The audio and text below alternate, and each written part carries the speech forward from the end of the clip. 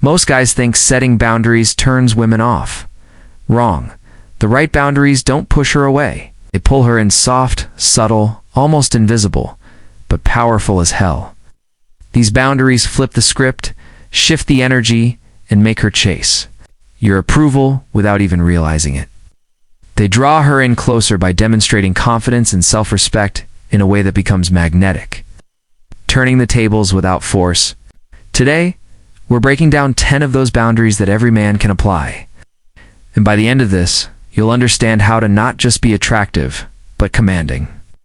And the last one is so counterintuitive. It's like psychological judo. It's like flipping a switch that causes the whole dynamic to work in your favor.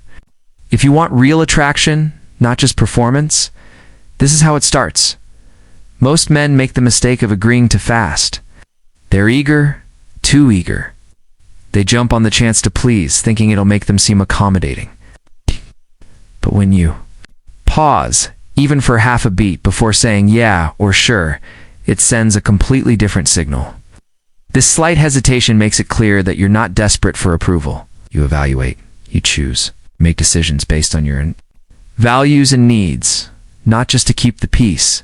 That moment of pause, even though subtle, shifts the dynamic completely. Now, she's the one on edge, wondering if she made the cut. She's thinking, wait, why is he taking his time? Am I good enough? That pause creates an air of mystery. It's what we call reward control. And trust me, it's undeniably hot when she teases you or throws out a challenge. Most men instinctively defend themselves, justify, or over-explain. But the key to turning the tables is to not react defensively. Instead, you just say, that's one way to look at it, and pivot with ease. Calm, unshaken, you don't take the bait. It's almost like a test of emotional resilience and control. She expects a reaction, but you don't give it to her. This subtle emotional distance makes you appear more dominant. She might not consciously understand why she's drawn to you, but her body feels it. It's like a tension, a pull that she can't resist. Even if she can't pinpoint what it is, let's say she brings up something that doesn't align with your values. Most men make the mistake of rejecting outright. Nah, I don't do that. That's a hard no, and rejection can feel harsh. Instead, redirect the conversation. Say something like, interesting. Here's what I do instead. This is much smoother. You're not trying to correct her. You're guiding the flow of the interaction, taking the lead with soft power. And biologically, this signals competence.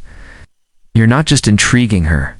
You're signaling that you're a leader, and she might just want to follow your lead sometimes. She might act a little laid back, testing your patience. Instead of lecturing or getting frustrated, use humor as a boundary tool. A simple remark, like, you're lucky I'm patient, with a smirk, lets her know where your line is. You're still warm and approachable, but there's a limit to what you'll tolerate.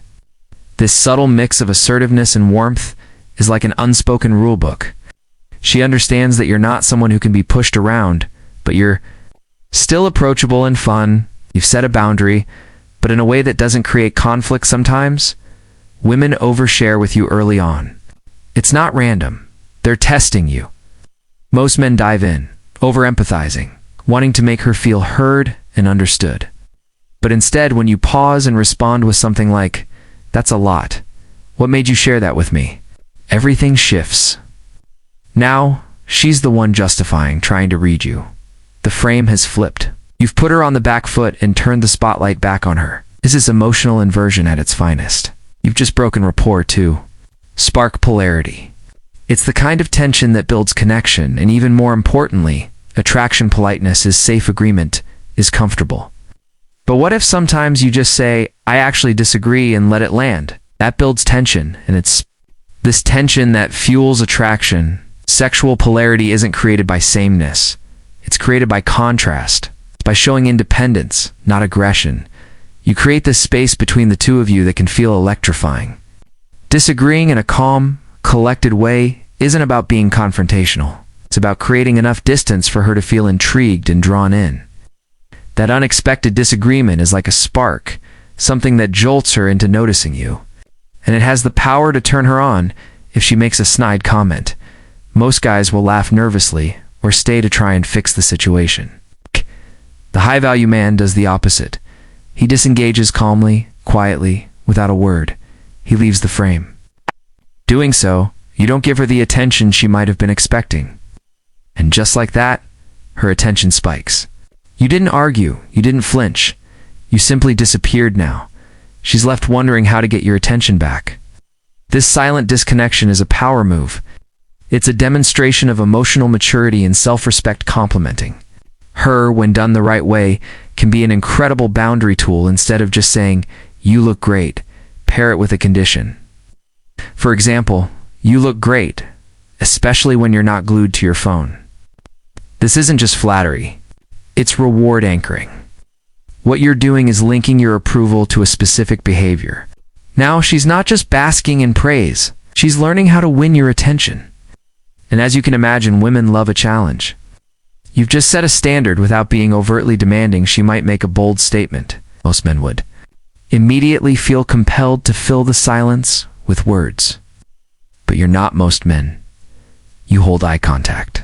There's no smile, no comment, just stillness. And in that silence, tension builds.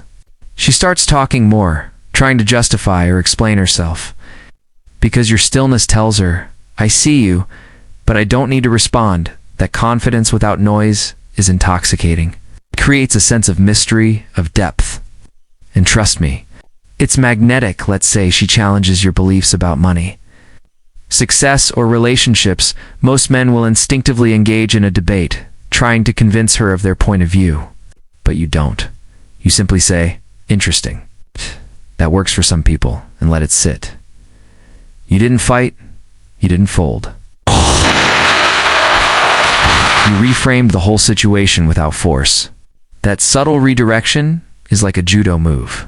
It tells her that you're rooted, unshakable. You have a firm understanding of your own beliefs, and you're not swayed by her opinions. And the kicker? She finds herself wanting your approval because she couldn't shake your frame. If you're done performing for women and ready to lead with calm, quiet precision, then it's time to embrace these boundaries. Hit that like, tap subscribe, and drop a comment. Which one of these soft boundaries have you tried, or which one are you ready to try?